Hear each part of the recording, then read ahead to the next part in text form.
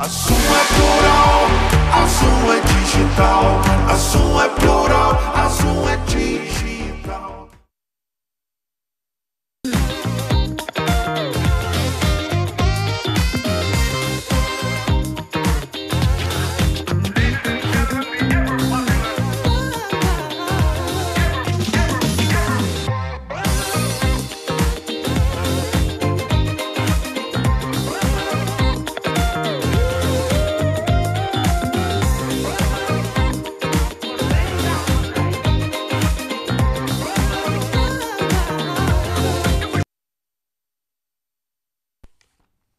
Olá, sejam todos muito bem-vindos. Nós estamos aqui mais uma vez no Zoom Debate.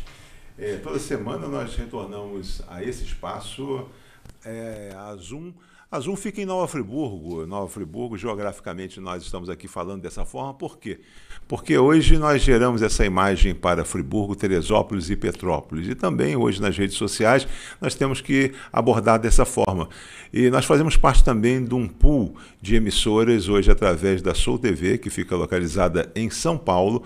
E nós compusemos aí através de mais 99 emissoras. E se você tem, não em Nova Friburgo, mas se você tem LG, Smart ou Samsung, você em qualquer lugar do mundo, você pode, baixando o aplicativo da Soul TV, você pode hoje estar vendo esse programa do Zoom Debate. Então, nós estamos falando para o mundo. Então, por isso que a gente faz esse georreferenciamento da onde nós estamos, para que você possa nos localizar e você possa nos situar.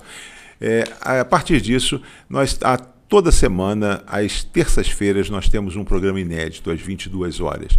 E esse programa aqui, ele é um programa que não diz respeito somente às características, aos problemas, é um debate localizado na nossa cidade. Nova Friburgo fica em torno aí de 150 quilômetros de distância da capital do Rio de Janeiro, do estado do Rio de Janeiro, e os problemas de relevância, as questões de relevância, não só os problemas, mas as soluções que dizem respeito a questões do Estado, as questões do país e as questões do mundo, nós trazemos para cá para nós debatermos aqui. E hoje, uma das questões que eu acho que diz respeito ao mundo, ao globo, nós vamos trazer aqui hoje. E aqui eu trago esse pequeno editorial para que a gente possa começar. Eu gostaria que você desse a chance para a gente, para que você não saísse daí, porque essa questão é uma questão que diz respeito a todos nós, diz respeito a você, diz respeito aos filhos, diz respeito aos netos, diz respeito a você que trabalha, a você que já trabalhou e a você que pode, de alguma forma, pode impactar aí nas relações do dia a dia, a todos no seu entorno e aos que estão próximos de você, com certeza. Mas vamos lá. Se continuarmos nos mesmos modelos de consumo e descarte da geração de lixo no mundo, o mundo poderá chegar a 3 bilhões e 800 mil toneladas em 2050. Isso resultará num impacto climático devastador. Entretanto, adotando um modelo de economia circular, poderemos alcançar um ganho econômico significativo e reduzir drasticamente a produção de resíduos. Atualmente, 2,7 bilhões de pessoas no mundo não têm acesso a serviços básicos de limpeza urbana, o que agrava ainda mais a situação. Em 2022, o mundo gerou 62 milhões de toneladas de lixo eletrônico, mas menos de um quarto foi reciclado. Este desperdício não só representa um risco ambiental, como também a perda de recursos naturais valiosos. No Brasil, a situação também é alarmante. A produção de resíduos deve crescer mais de 50% até 2050, chegando a 120 milhões de toneladas por ano. Cerca de 43% desse lixo é descartado de forma irregular, representando uma ameaça significativa à saúde pública e ao meio ambiente. Para mudar esse cenário, a compostagem surge como uma solução sustentável para a prática e transforma resíduos orgânicos em adubo, reduzindo as emissões de gases de efeito estufa, aumentando a vida útil dos materiais. E nesse contexto que a Jornada Ambiental da Cianf se insere. Em comemoração ao Dia Mundial do Meio Ambiente, essa iniciativa visa conscientizar a população de Nova Friburgo sobre a importância e preservação da sustentabilidade, coleta seletiva de lixo e reciclagem, com o tema Construindo Consciência, a escultura do nosso lixo.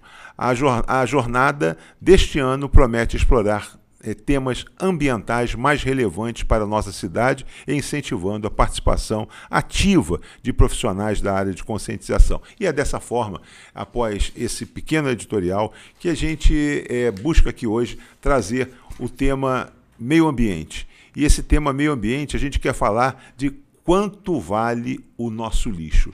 E nós trouxemos para debater hoje esse tema dois convidados que são convidados relacionados à expertise, à especialidade do tema. Guilherme Souza Campos, empreendedor de impacto social, graduado em gestão ambiental, desenvolve projeto de compostagem urbana, educadora ambiental pela UF, com experiência na área de ciências ambientais, gestão de resíduos e agroecologia. Guilherme, seja muito bem-vindo, é um prazer estar com você aqui. Nós estamos no mês realmente que a gente fala do meio ambiente. A gente não deveria ter mês do meio ambiente, eu acho que é o ano, todo dia é dia do meio ambiente, mas eu acho que a gente fala isso que é para que a gente possa gravar, para que a gente possa pactuar, para que a gente possa chamar a atenção, para a gente possa colocar foco, luz, farol nesse tema. Mas acho que seja muito bem-vindo, é um prazer, agradeço aí a sua vinda e acho que é uma oportunidade da gente poder falar um pouco e eu queria já que você já pudesse trazer a sua mensagem inicial. Não, pois esse fato que você ressaltou do mês do meio ambiente, eu costumo sempre na virada do ano, né, colocar uma mensagem nas redes sociais sobre nesse ano vamos voltar o nosso olhar mais para o meio ambiente, porque é o que a gente realmente precisa, né? Dentre todas as necessidades humanas hoje que a gente vê nesse mundo de consumo desenfreado, a gente às vezes esquece que o que realmente a gente precisa para viver é ar, água e um solo fértil para plantar. Né? Nesse contexto, preservar, né, é a maneira mais assertiva de se lidar com o meio ambiente. E nisso consumir com mais responsabilidade. Que bom, e nós vamos ter a oportunidade de falar isso, falar em consumo e falar nessas assertivas, enquanto ainda há tempo, né? E nós temos aqui ao lado ele que é um friburguense e em certo momento da sua vida, ele talvez inconformado, vai ter oportunidade de dizer se foi assim ou não, né? Mas é a forma com que eu tive a oportunidade de, desde que lhe conheci, ter essa percepção, que é o Matheus Mardisson. Matheus é mestre em pensamento global pela Columbia University de Nova York, bacharel em ciência política e política econômica internacional pelo Centre College de Kentucky. Originalmente no Brasil trabalhou em projetos de desenvolvimento internacional em mais de 15 países pela organização internacional, organizações internacionais no setor de consultoria corporativa e financeira. Entre essas organizações estão as Nações Unidas, o Conselho Internacional de Pesquisa e Intercâmbio, a Universidade de Columbia e o grupo Gerson Lerman Group. Recentemente foi da trilha financeira do G20 para o Ministério da Fazenda pelo Brasil, pelo Programa das Nações Unidas para o Desenvolvimento, e começou a carreira abordando mudanças climáticas e desenvolvimento internacional e políticas educacionais. Fundou sua consultoria em 2016 e em especializações pela Escola de Economia e Política de Londres. Com esse currículo aqui longo, né, extenso, um garoto jovem com pouca idade, mas e saiu aqui de Nova Friburgo, aqui de um bairro de Nova Friburgo, de um bairro central de Nova Friburgo, um bairro que à época era um bairro carente, mas um bairro carente de muitas coisas, como vários bairros são, mas ele, não conformado, ele foi para os Estados Unidos e aí chegou a uma posição até a ONU e buscou lá aí o seu espaço, né? Seja muito bem-vindo. E hoje ele vem aí prestar aí a sua contribuição, o seu conhecimento na nossa cidade. Prazer estar com você aqui. Prazer, Roosevelt. Prazer também, Guilherme. É muito importante estar discutindo esse tema. A gente, como o Guilherme estava dizendo aqui, a maneira que a gente decidiu construir sociedade nos trouxe aqui. Né, a estrutura econômica, né, a maneira que a gente construiu a política, uma política talvez não conectada com a responsabilidade sustentável, social, até mesmo corporativista, né, no sentido que é conectado com o meio ambiente, nos trouxe a crise que hoje nós vivemos. É impossível falar de aquecimento global, falar de reciclagem, de políticas públicas, sem falar de Nova Friburgo. A gente sofreu um dos maiores desastres naturais da história do Brasil, sequer do mundo. Tivemos consequências gigantescas e nos tornamos centro de discussão nas políticas climáticas global. Hoje o Brasil assume a presidência do G20 discutindo duas pautas super importantes: o combate à fome e o combate à crise climática. Tudo que o Guilherme está falando, tudo que a gente está discutindo aqui, são agendas conectadas com essas duas grandes agendas globais e que Friburgo não pode ficar isolado no mundo nessas discussões. Então, muito obrigado pelo convite, é muito bom estar aqui conversando com vocês. Mas eu gostaria de já fazer uma provocação, e eu sempre falo o seguinte: no início a gente sempre faz o chamado nivelamento, a contextualização, para que quem está do lado de lá possa vir junto com a gente, a gente possa estar somado e a gente possa impactar. Não adianta a gente estar aqui e a gente falar e quem está do lado de lá fala assim: poxa, esse papo está chato, esse papo está cansado, esse papo Não, a gente tem que fazer o seguinte: como é que a gente pode fazer com que a gente democratize o conhecimento e a gente, ao término do programa, a gente tenha não seguidores, mas a gente tenha cúmplices do processo. Tá? O que está acontecendo no mundo, tá, que a gente, de repente, não está sabendo e que, a partir de agora, essa ampulheta ela começa a mexer e daqui a uma hora nós todos estaremos cúmplices do processo. Por que esse tema meio ambiente ele não é mais meio, ele é inteiro, tá? E as pessoas não se tocam? Vamos falar um pouco do que é isso, o que é esse meio que a gente não se toca com isso. Guilherme? Bom, eu até em várias ocasiões, oficinas e palestras que eu tenho feito no decorrer desses últimos anos, principalmente com estudantes, né? O que a gente observa é que são hábitos que vêm sendo construídos de uma forma e as pessoas têm sempre a impressão de que isso nunca vai atingi-las, né? Então, quando eu sempre falo, nós temos várias atividades humanas, né, que são as atividades que fazem realmente mudanças, que provocam mudanças climáticas, sejam elas por emissões de gases, sejam elas também por falta de saneamento básico, por tudo isso, e as pessoas simplesmente vivem um dia de cada vez, né? Eu costumo dizer que dentre essas atividades de mudança que promovem mudanças climáticas e que provocam emissões de gases, 80% delas estão longe da alçada individual, né? Porque são processos produtivos que às vezes não desconsideram mudança. A gente tem um exemplo clássico aí de uma empresa que ficou durante anos retirando um recurso natural lá em Alagoas e agora a cidade está afundando. Se eu não me engano, foi Braskem, alguma coisa assim, né? A gente tem, na Alemanha, por exemplo, equipamentos gigantescos. As maiores máquinas do mundo são máquinas de extração de recursos, né? E o indivíduo, ele sozinho, o cidadão, ele às vezes ele tem a falsa impressão de que qualquer atitude que ele tomar pró-meio ambiente não tem eficiência.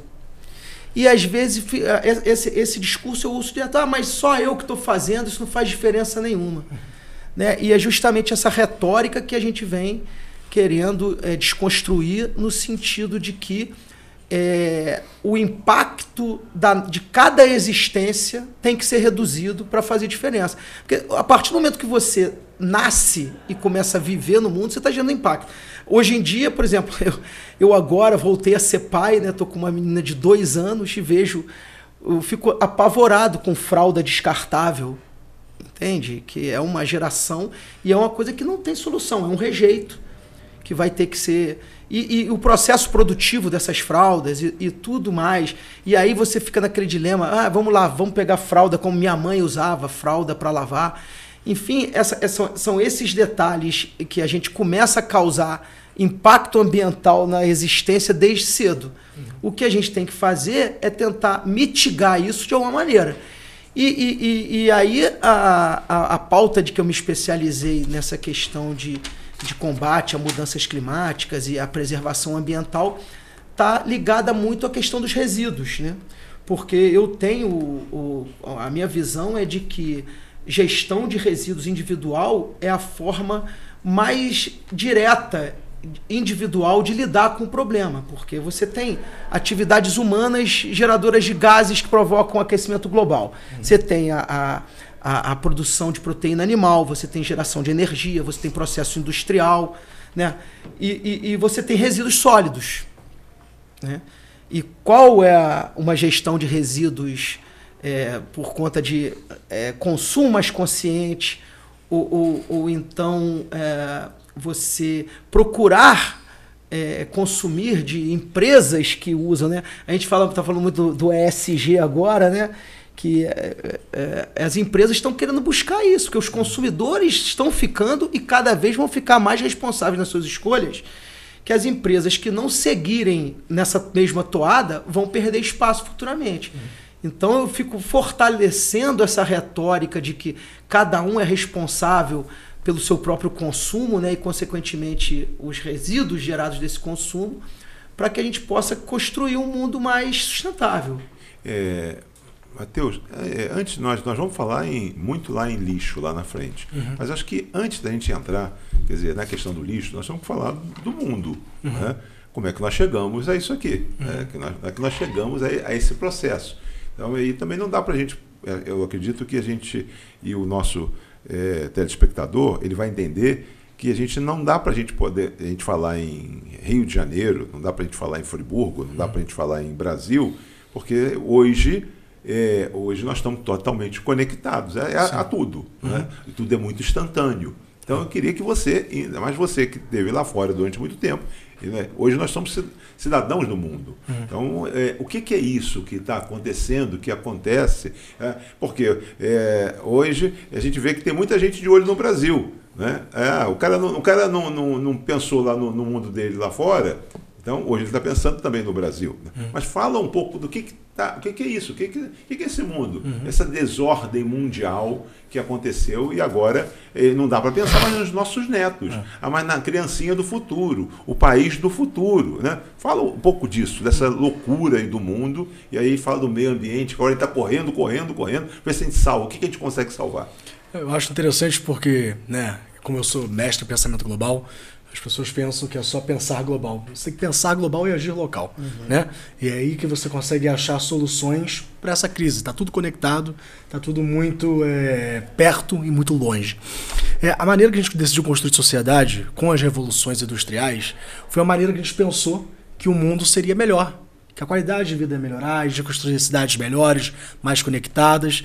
Então foi se adotado uma política de industrialização que cada vez mais melhorou a vida das pessoas no sentido econômico, mas aumentou também uma outra prática, que era a prática consumerista. E essa prática consumerista teve um impacto muito grande na vida das pessoas e na vida do planeta.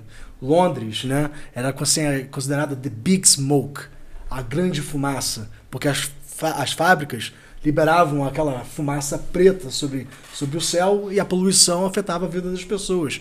E aí assim que começa a ser discutido políticas sociais, políticas trabalhistas, ou seja, vai afetando a vida das pessoas e as pessoas começam a lutar politicamente para que aquilo não pudesse se tornar uma coisa, um caos sem administração.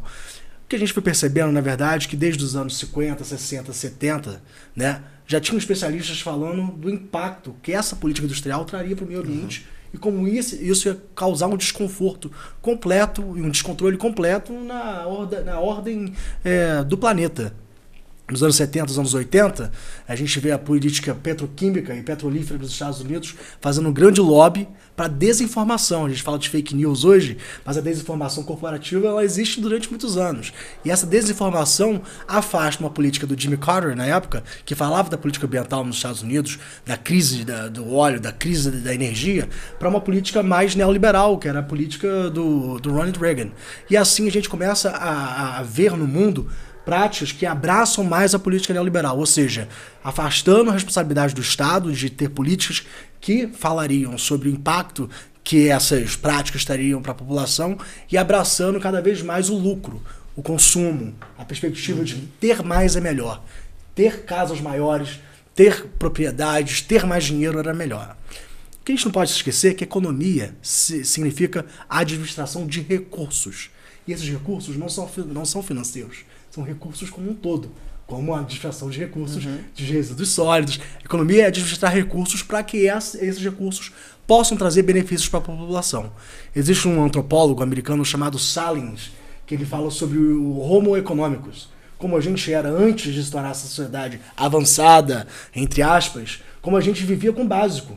O básico era poder comer certas calorias durante o dia, trabalhar e desfrutar da nossa conexão com a natureza.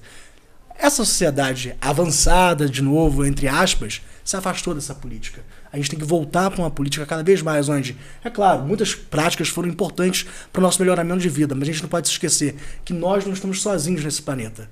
A gente tem uma organização social, política e econômica que é muito importante e ela nos trouxe onde a gente está hoje, a gente melhorou a nossa qualidade de vida em várias agendas, mas a gente está regressando. O que especialistas do clima, de política climática global, e cada vez mais o Brasil tem esse papel, é dizer uma coisa: o futuro é ancestral.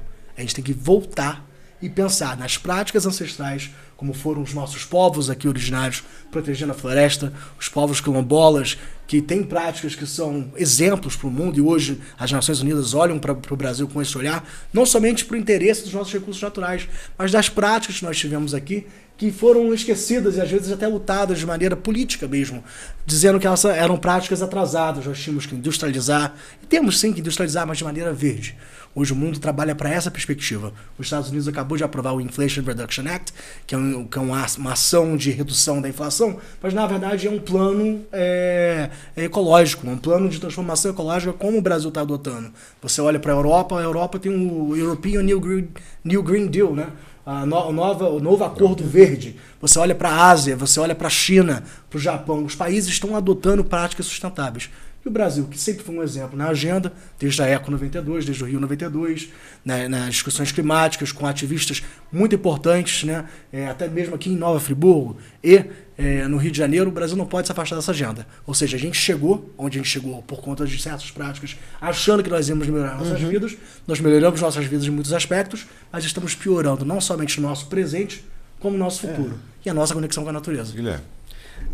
Foi o que falou, a pergunta inicial, né, que na Revolução Industrial, pós-guerra, trouxe todos essas facilidades, vamos dizer assim, né, que tornou a vida melhor das pessoas, mas em detrimento disso houve um descaso com as questões ambientais, tudo bem na exploração de recursos, né? E hoje essa virada de chave está muito nessa toada da recuperação de recursos, né? O Marconi falou sobre as questões de ancestrais. Você tem hoje cada vez mais um movimento global na questão da agroecologia, que seria imitar a natureza.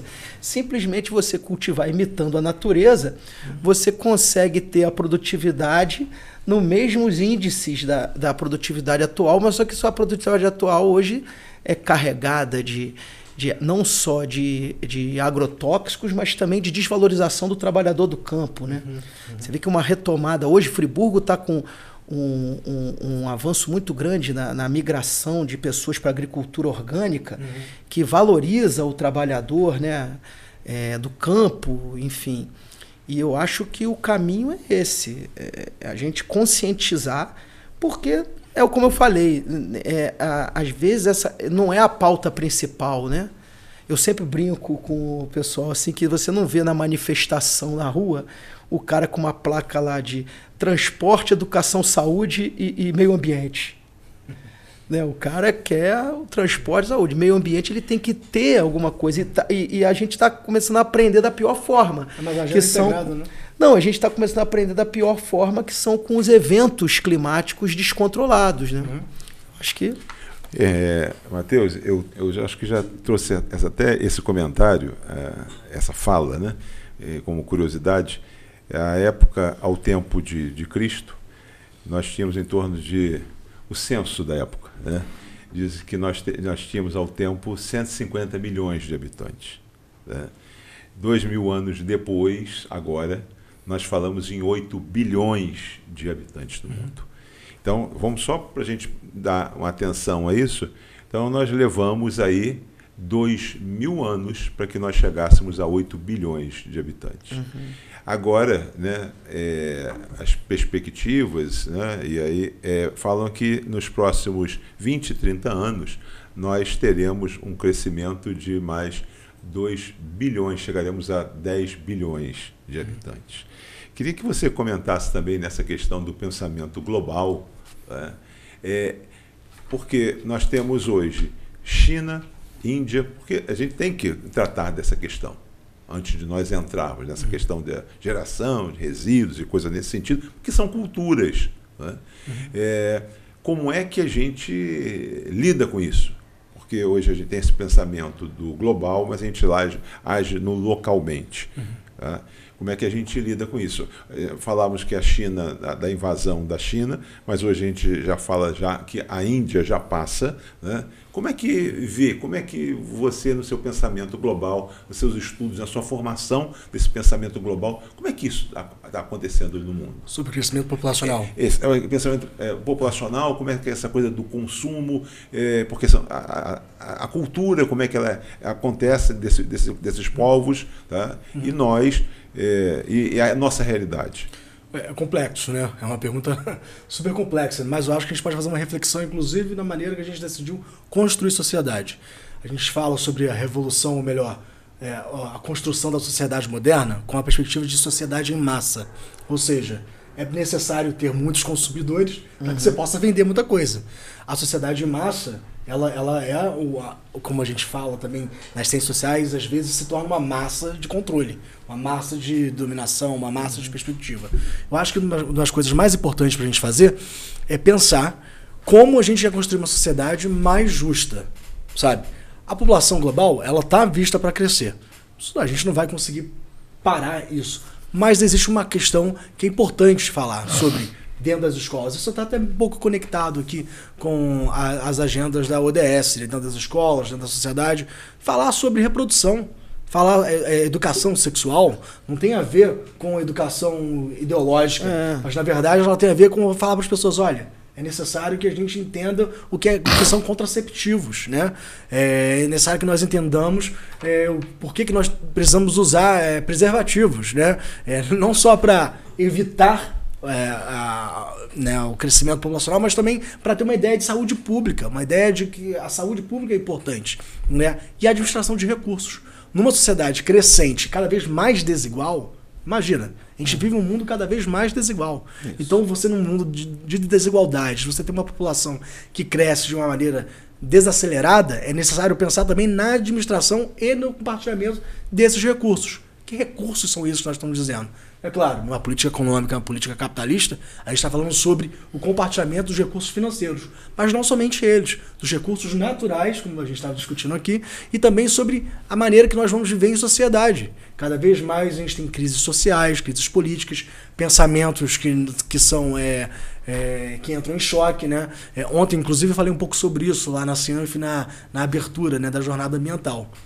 Eu acho que a gente tem alguns dos grandes desafios do mundo hoje, uma tecnologia disruptiva, governos instáveis, né, um planeta em crise climática e, é claro, uma desassociação, ou melhor, uma falta de identidade social. As pessoas estão cada vez mais perdendo essa identidade social, elas estão saindo do núcleo. É o espírito de coletividade, né? O espírito de coletividade, de comunidade, de atuação. Então é necessário que, além de analisar como esse crescimento populacional está acontecendo, os fatores antropológicos que impactam, ou seja, quais são os fatores de vida, de necessidade de emprego, de religião, de perspectiva que estão impactando esse crescimento e como nós vamos lidar com isso. Não é uma pergunta fácil de responder, mas é importante ser analisada. Guilherme, agora diante disso, então essa coisa da contextualização, do nivelamento, de trazer tudo isso, nós falamos aí em 8 bilhões, em 10 bilhões, para falar o seguinte, como esse povo vive, o que esse povo, o que ele consome, né? E o consumo não está diretamente envolvido no que ele se alimenta. Está também envolvido se alimenta de quê? De informação, né? Que tipo de alimento que é a abordagem que chega a ele, para isso tudo. E aí a gente começa a falar isso e vocês vão ter oportunidade para poder ver, né? Porque nós somos massacrados, obviamente, através da possibilidade da informação, de ver da necessidade do consumo, né? Então eu vou trazer alguns números e que vocês vão ver. A geração do lixo no mundo será de 3,8 bilhões de toneladas em 2050. E aí eu trouxe essa conexão de 10 bilhões de consumidores, naturalmente. Caso não haja uma alteração dos modelos de consumo, né? As projeções ainda mostram que, se for adotado um modelo de economia circular, em que a produção de resíduos e o crescimento econômico aconteceria por meio de práticas empresariais sustentáveis, poderia ser gerado um ganho líquido total de 108 bilhões de dólares. Em 2022, o mundo gerou 68 bilhões de toneladas de lixo. No Brasil, nesse cenário, né, o brasileiro, a produção de resíduos deve crescer mais de 50%, podendo chegar a 120 milhões de toneladas. Então, eu estou trazendo alguns números para que vocês possam já começar a falar dessa questão do que, porque a gente fala, às vezes, do lixo como sendo algo de descarte, né? De algo que é impróprio, de algo que não serve mais. Que não serve mais. E eu trouxe também ontem e hoje, eu falei já por 2 vezes lá na associação, que a gente tinha uma prática, e ainda temos, e a gente cria às vezes os filhos, e a gente vê os nossos colegas falando assim, vamos colocar o lixo para fora de casa. Hoje não se coloca lixo, hoje se coloca lixo para dentro, porque é uma coisa só, é o mundo, a casa é uma só, né? Não existe outra casa, não existe outro planeta, não existe o planeta B. Vamos colocar no planeta B que está fora da nossa casa. Então, eu queria que você já começasse agora, porque o tema é com vocês. Tá? Então, essa coisa do lixo parece uma coisa, e até tem uma gíria, com todo respeito, né? É aquela coisa, fulano de tal, né? Isso é claro que hoje está no politicamente, né? Então, tudo que você quer falar é um lixo, né? É um lixo. Não presta. Não presta. É imprestável. Muito bem, né? É imprestável. Está com vocês a bola, por favor. Bom, isso começa, né? Eu acho que tem muita questão. O lixo ele tem uma carga muito grande em cima também do desperdício, né? Principalmente, vamos dizer assim, hoje a gente tem um número em média de 33 bilhões de toneladas de alimentos produzidos que são desperdiçados. Né? Isso dá mais ou menos 1/3 do alimento produzido no mundo é desperdiçado. E aí você começa percebendo que o seguinte, que metade, hoje a gravimetria, vou falar a do Brasil, que é onde eu tenho mais conhecimento, né? No Brasil hoje, a gravimetria dos resíduos sólidos, ela está em torno de 50% orgânico, 40% reciclável e 10% de rejeito. O que é gravimetria? A gravimetria é o percentual, a aferição, a medição de quantidade dentro. Então, por exemplo, se você tem na sua casa, né, você está na sua casa lá e coloca aquele famigerado saquinho de lixo para coleta pública. Ali você vai ter 50% ou metade de resíduo orgânico, 40% que poderia ir para reciclagem e somente 10% da fração que deveria ser encaminhada para coleta pública e para ter destino no aterro sanitário. né? E dentro desse espectro, dessa gravimetria, né, a gente teria os métodos de tratamento para esses resíduos. Eu posso pedir para você, para a gente ser, não didático, você poderia dividir rapidamente, porque tem muita gente que não sabe Tá. desse 50%, o que é 50%, Tá. o que seriam esses então, lixos?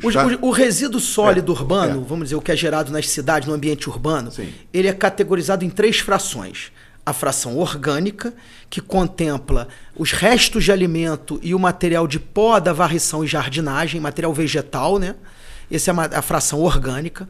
A fração reciclável seriam os plásticos, metais, papel e vidro.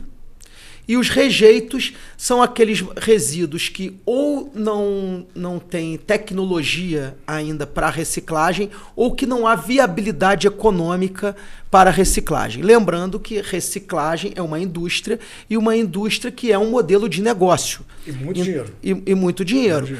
E para que a reciclagem funcione, tem que existir a viabilidade econômica. Eu dou sempre um exemplo aí da questão para ilustrar o que é viabilidade econômica. Por exemplo, existe um item que a gente está afogado dele aí no consumo geral, que é o isopor.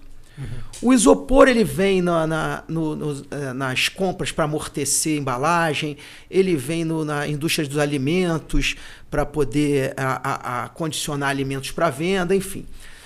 O isopor ele é totalmente reciclável porque ele nada mais é do que plástico com ar injetado.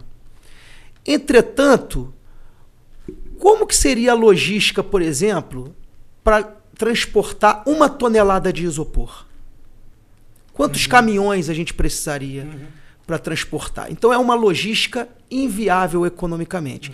Nesse sentido, o que é o recomendável? Evitar o uso do isopor. Mas o isopor está dentro daquele escopo das facilidades, né, que vieram justamente com o desenvolvimento. Né? Porque você vai se lembrar, todos nós aqui vamos nos lembrar que há alguns anos atrás você ia comprar queijo na padaria, você pedia para o cara cortar lá 500 gramas, 300 gramas, ele botava num papel manteiga e te entregava e você ia embora para casa com o teu produto. Agora ele já fica disponível nas gôndolas numa bandejinha de isopor com um plástico filme. Ambos com baixíssimo valor para reciclagem, né?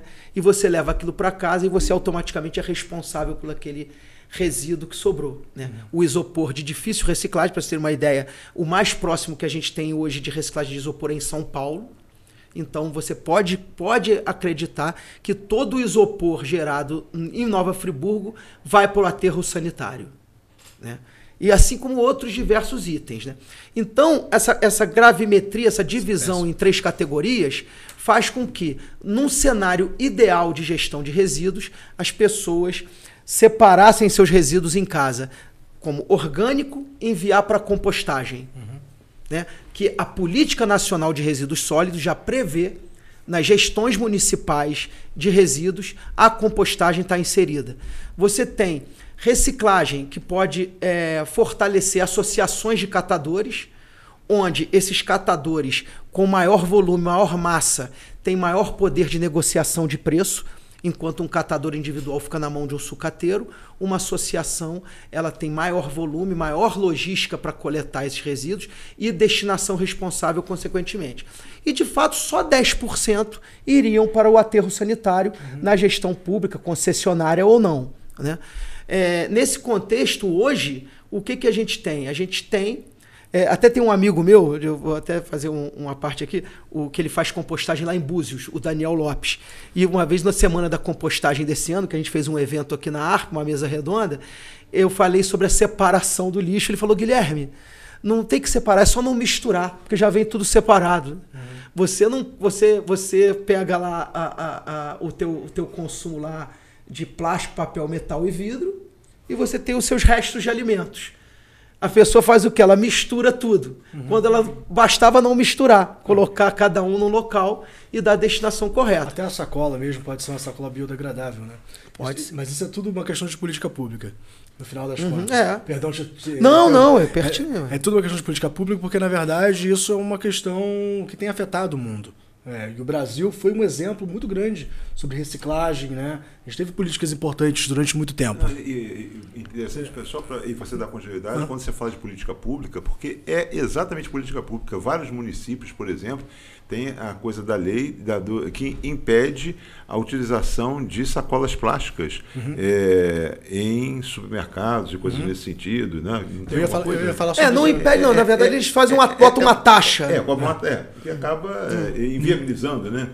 Um pouco dessa questão da reciclagem, durante quase 3 anos eu trabalhei aconselhando indústrias que estavam associadas à indústria petroquímica. Né? E aí tem 2 componentes muito importantes do plástico, o etileno e o propileno.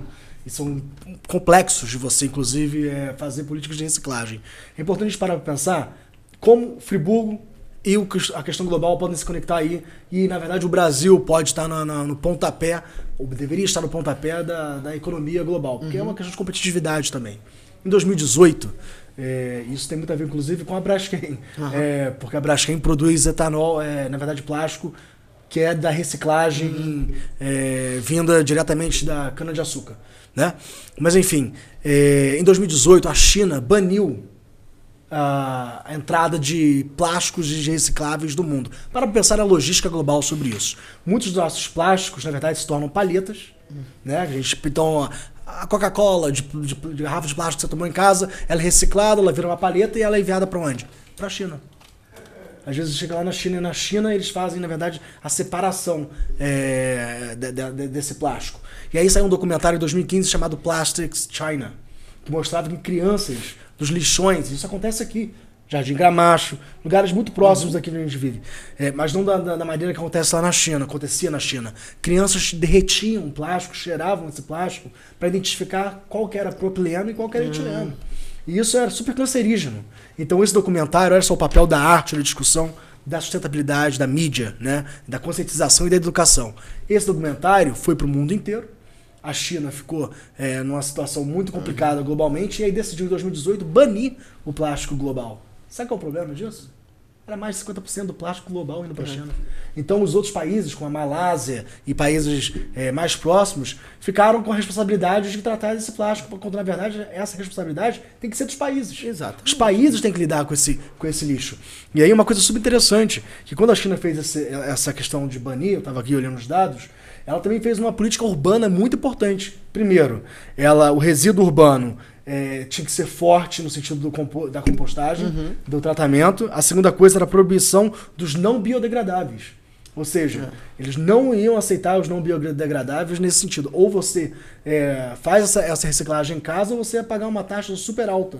Né? Isso acontece também nos Estados Unidos, cidades como Seattle, cidades extremamente avançadas. Na Europa, Londres hoje, né? Na verdade não hoje, isso já tem quase 20 anos. É uma das políticas mais revolucionárias no sentido das cidades, da coleta de lixo. Você tem 3 como é que se chama? Garrafas não, 3 litrões lá, né? 3 lixeiras grandes, né? 3 lixeiras coletores. Do lado de fora, onde você coleta compostagem, plástico e metal. E você recebe um incentivo fiscal do governo para fazer isso. Ou seja, isso sai da sua conta de luz, isso sai de uma série de coisas. Enquanto, no Japão, em algumas cidades, há certas pessoas que pagam, na verdade, para ter uma coleta de lixo melhor. Olha isso. E em Seattle, né, no estado de Washington, dos Estados Unidos, quando eu estava lá, fiquei lá durante a pandemia, com uma família que é uma família grande amiga minha também da área climática, ativistas climáticos.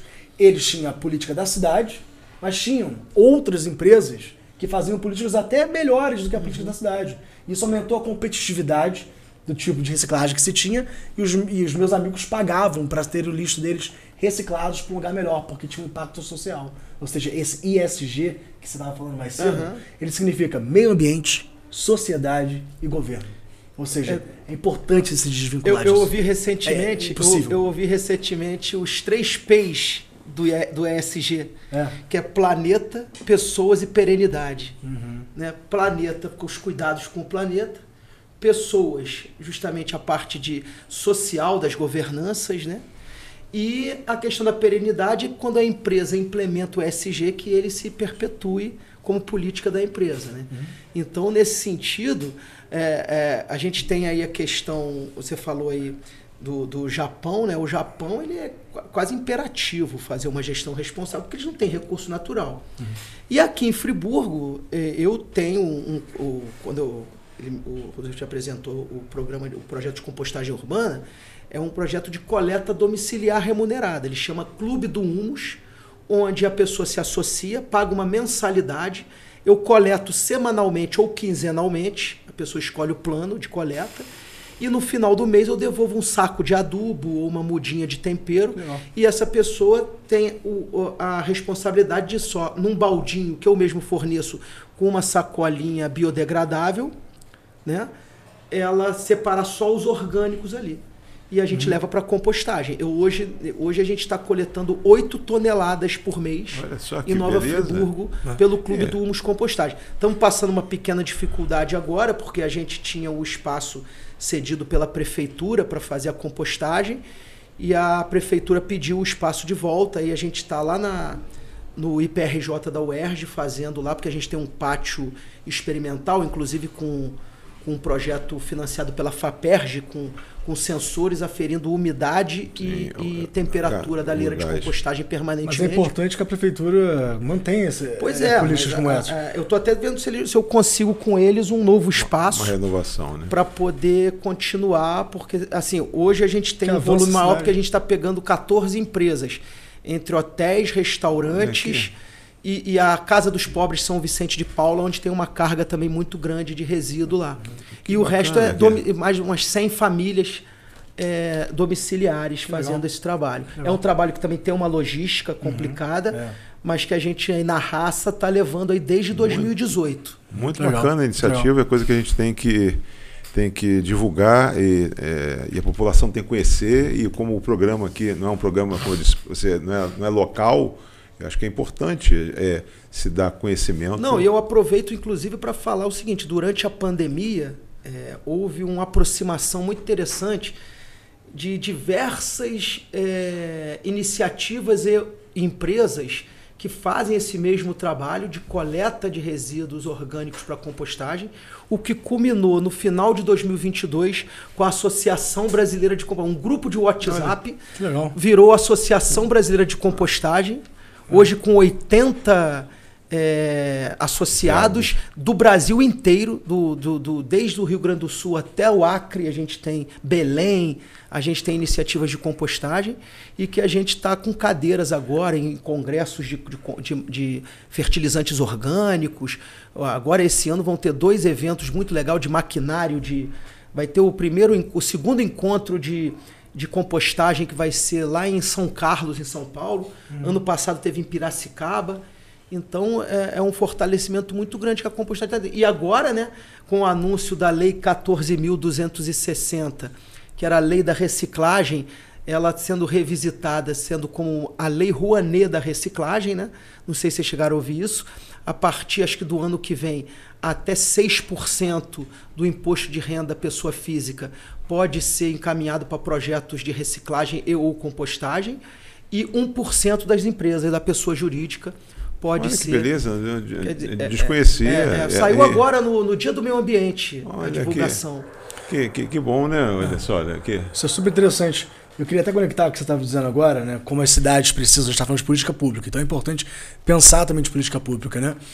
Sobre como isso impacta a vida das pessoas, porque, é claro, o que você faz é extremamente importante para a natureza e para a vida das pessoas, né? E é importante a conexão com as políticas públicas. A gente está falando também de uma coisa, Roosevelt, que é muito importante trazer para essa discussão: empregos, geração de empregos, né, justos e sustentáveis, pessoas que trabalham com reciclagem. A gente fala dos catadores de lixo, né? Às vezes a gente tem que falar sobre, na verdade, os investidores do luxo, né? Que fala de lixo para o luxo, né? Porque, na verdade, eles são uma parte importantíssima do diálogo de como a gente quer construir cidades melhores.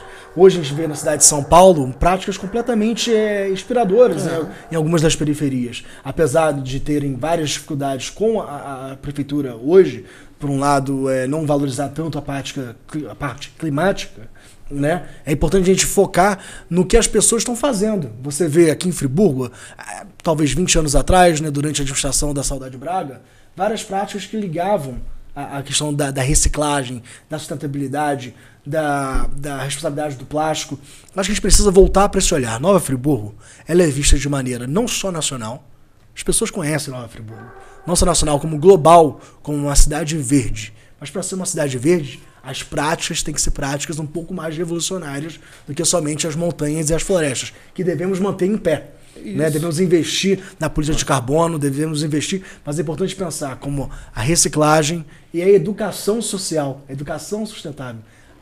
As crianças adoram isso, né? Adoro. Coloca a criança para trabalhar nesse... O tema é muito empático. A questão é que ele envolve mudança de hábitos. Eu queria, trazendo aqui, o Matheus fala com relação... Tem até um termo que é chamado empregos verdes, né? No Brasil, a cadeia de reciclagem gera cerca de 250 mil empregos diretos e indiretos, segundo o Instituto de Pesquisa Econômica Aplicada do IPEA, né? Mas eu queria, nós temos aí 11 minutos para a gente terminar, porque o papo vai e vocês estão, é isso aí, o objetivo é esse, aqui vocês que estão tocando. Mas o que acontece é o seguinte, o Guilherme vem com não é como, é exemplar a iniciativa que o Guilherme traz, mas a gente verifica o seguinte, a gente não consegue, nós somos uma cidade diferenciada, nós somos Nova Friburgo, colonização suíça, 200 anos de imigração alemã, temos aqui várias panóplias na cidade, com 10 bandeiras, né, dos povos que nos colonizaram, com as imigrações todas e tal, mas a dificuldade, como vocês falaram, que ela é cultural, mas a gente tem a dificuldade de a gente poder fazer, a gente não consegue colocar, né, esses equipamentos que possam fazer essas divisões, isso.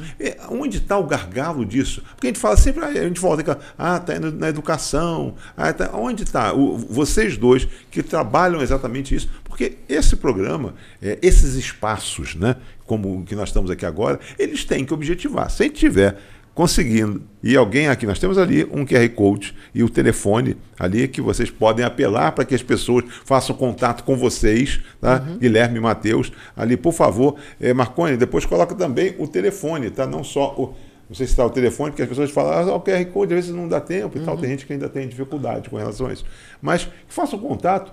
Mas o que acontece que a gente não consegue, às vezes, passar da primeira para a segunda? O que trava? Onde estão os gargalos para isso? Diz aí, gente. Bom, olha, hoje a gente trabalha aqui em Friburgo com a minha empresa, né, que faz esse trabalho de gestão de resíduos, consultoria ambiental também, na questão de sempre ligada na área de resíduos. Eu sou membro de um grupo de trabalho em resíduos sólidos de Nova Friburgo, que é um trabalho de extensão da UERJ. Nós somos 19 pessoas e esse grupo de trabalho ele surgiu através de um evento que foi criado, o primeiro encontro de inovação na gestão de resíduos sólidos, em 2019, na Câmara de Vereadores. O evento foram de 2 dias, uma sexta e um sábado, só foi um vereador no evento, que era dentro da Câmara de Vereadores. Nossa. Aí veio o advento da pandemia, nós continuamos fazendo reuniões, a gente fez algumas intervenções, eventos como, por exemplo, o Dia Mundial do Meio Ambiente, Dia Mundial da Limpeza, fizemos atividades com a população. Quando foi em 2022, a gente fez o segundo encontro de inovação, que foi lá em Lumiar, na Ação Rural em Lumiar, que foi um evento fantástico, grande, foram 3 dias, foi sexta, sábado, domingo. Esse evento contou com mais de 400 pessoas nos 3 dias, com palestrantes do Brasil inteiro, realizado com dinheiro do Integra Rio e da FAPERJ, né? E no final de 2022 também a gente criou uma ONG para que a gente pudesse também ter uma associação possível de captar recursos para os nossos projetos. Estamos com 2 projetos aí em vista, um para capacitar costureiras com resíduos têxteis e um outro para promover educação ambiental audiovisual. Nós recentemente conquistamos o título no Sustentarp, que é o espaço de educação ambiental aqui do Espaço ARP. Nós fomos credenciados como uma sala verde socioeducativa do Ministério do Meio Ambiente e Mudanças Climáticas para produzir educação ambiental e conseguimos um recurso de um TAC do Ministério Público do Trabalho para desenvolver um trabalho audiovisual. Então, todo nesse contexto todo de trabalho com resíduos que a gente desenvolve aqui, seja ele com a empresa privada, seja ele com uma iniciativa da universidade, seja ele com uma associação sem fins lucrativos, todo esse trabalho ele vem sendo desenvolvido, mas ele tem um teto que, se ele não for resgatado pelo poder público, ele não avança.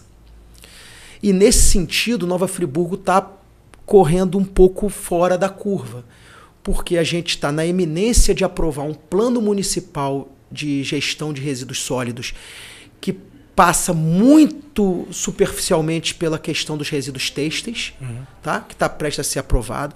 A gente está com um processo de licitação aí para uma nova empresa para administrar um aterro sanitário pelos próximos 30 anos, sem um projeto efetivo de educação ambiental e coleta seletiva. Então, a gente está andando muito devagar. Foi contratada uma empresa para fazer o estudo para o plano municipal da nossa cidade, que foi pago R$2 milhões, sendo que a gente tem um corpo técnico fantástico dentro da universidade em Nova Friburgo, que poderia fazer isso, garanto até você, de graça. Tá?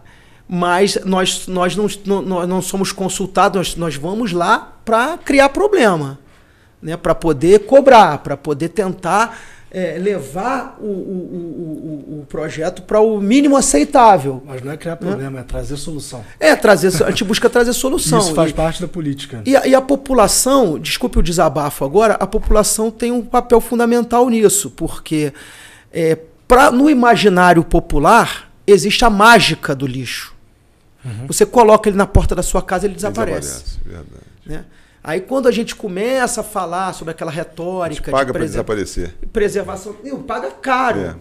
Paga caro. A gente paga mais de R$1 por dia de resíduo, né? E tem um tratamento aquém do que teria sido de recuperação, de recurso, de valorização. Vamos falar. Resíduo não é lixo, resíduo é recurso. Você falou de dados aí, no panorama da Abrelp, que é o panorama dos resíduos da Associação Brasileira das Empresas de Limpeza Pública, de 2019, foram 14 bilhões de reais que o Brasil deixou de colocar na economia por não reciclar. Isso é muito importante. Eu queria trazer aqui Vamos aí com 4 minutos para terminar com vocês dois. Hein? A bola é de vocês dois. O poder de síntese de vocês dois, taca a ficha. Eu acho que a gente tem que pensar numa coisa. Primeiro, tudo que a gente está discutindo aqui é política, no final das contas. E política não é só o trabalho do poder público, que é muito importante, mas é o trabalho da sociedade e também do mundo industrial, corporativo, né, do mundo financeiro. Nova Friburgo, e aí eu falo para os telespectadores, não somente de Nova Friburgo, mas dos outros lugares, tem que sair do topo das montanhas para entrar no topo do mundo. A gente teve uma oportunidade gigantesca em 2011, que era refazer e repensar essa cidade. Depois da nossa tragédia, que teve 35 mil famílias desabrigadas, né, 100 pessoas desaparecidas, quase 1.000 mortes e $2 bilhões de perdas públicas e privadas, nós deveríamos ter repensado a nossa maneira de construir sociedade. Então, é melhor que a gente olhe para o passado e para o presente com uma visão do futuro. E aí eu trago algumas recomendações para a cidade. A gente tem que pensar que Friburgo foi um modelo de industrialização do Brasil, né? E foi se perdendo com o tempo por conta das mudanças do mundo. A gente tem que reabraçar a industrialização mais verde. Uma industrialização verde, que já é uma política estratégica no mundo. E com vocações locais, né? Com as locais, claro. E tem como fazer isso com investimento não só de Friburgo, mas do mundo. Friburgo é uma cidade que foi criada com perspectivas globais e a gente tem como trazer essa perspectiva para entrar nos diálogos. Uma segunda coisa é uma moda sustentável, né? A reciclagem dos resíduos também entra na reciclagem dos tecidos e como a gente pode utilizar isso, na verdade, para até alavancar a nossa maneira e o nosso branding durante o mundo na questão da moda. Vamos deixar só de ser a capital da moda íntima e nos tornar a capital da moda sustentável global. Né? Uma outra coisa que eu ia dizer é a adaptação, né, da criação, né, da inovação e da tecnologia no sentido da sustentabilidade. E isso a gente pode abraçar certos tipos de práticas, por exemplo, crédito de carbono. A gente pode explorar isso dentro da cidade, a gente tem montanhas e temos florestas, né? Temos lugares, reservas florestais muito bem conservadas. E a gente pode continuar conservando e protegendo o nosso meio ambiente, a nossa fauna, a nossa flora, de maneira que a gente traga investimentos, não só nacionais, mas internacionais, fazendo que Friburgo se torne uma cidade mais rica, mais próspera e mais sustentável. E por fim, a gente tem que acordar para uma coisa que nos faz, eu falei isso num programa outro dia, o friburguense e o brasileiro em geral, né, mas eu vou dizer mais para Friburgo, a gente tem que acordar para uma coisa que nos faz acordar de madrugada. Toda vez que chove forte, todos nós ficamos preocupados. E aí eu trago um pouco da minha história. Eu entrei na pauta climática na chuva de 2011, comecei a trabalhar com isso, até hoje tenho atuado globalmente nessa política. Eu acho que a gente tem que ter uma cidade cada vez mais conectada com as mudanças climáticas e se preparar para o que é inevitável. A crise climática é o maior desafio deste século. Eu repito isso que recorrentemente, mas é uma oportunidade para a gente repensar quem nós queremos ser, quem nós somos e aquilo que a gente quer para o futuro dos nossos filhos, das gerações futuras e do planeta. Olha só, eu tenho que agradecer a vocês, pedir desculpa. A gente, naturalmente, a gente fugiu totalmente do nosso roteiro. Tá? Isso é bom, às vezes. Totalmente não, fugimos 90%, mas eu acho que a gente fugiu para melhor. Porque a gente ampliou o nosso debate, ele ficou por conta de vocês e vocês tiveram aí plena liberdade. Isso aqui a gente faz para a gente poder, às vezes, quando os debatedores, às vezes a gente precisa levantar um pouco a bola. Mas eu queria agradecer muito, eu acho que isso vale, acho que é o nosso grito de alerta, é a nossa semana, a nossa jornada ambiental, é o mês, mas é o ano, é o sempre, é o dia, é o minuto. Acho que vale muito, a gente tem que agradecer muito a vocês que não se conformaram em ficar dentro da casa de vocês, não ficaram na atividade de vocês, e vocês estão aí hoje e vocês fazem aí da vida de vocês exemplos, né? E a gente tem que buscar isso. Eu também não sou um conformado, eu vivo exatamente buscando na minha vida. A gente fala o que é ser um idealista, né? Idealista é a gente buscar algo que a gente acredita e a gente sair de casa com um motivo de ação, né? É a motivação. É o que faz com que nós três estejamos aqui. A gente tem motivação. Então a gente espera que essa motivação a gente não sucumba e a gente possa estar todo dia a gente tendo razões para a gente sair de casa e para que a gente possa ter aqui motivado alguns que possam ter nos visto, nos ouvido aqui, e a gente possa retornar em algum outro momento. Muito obrigado a todos vocês que nos viram, nos ouviram, e que a gente possa, na próxima semana, trazer temas como esse de relevância para Friburgo, para o Estado, para o Brasil e para o mundo. Muito obrigado e até lá.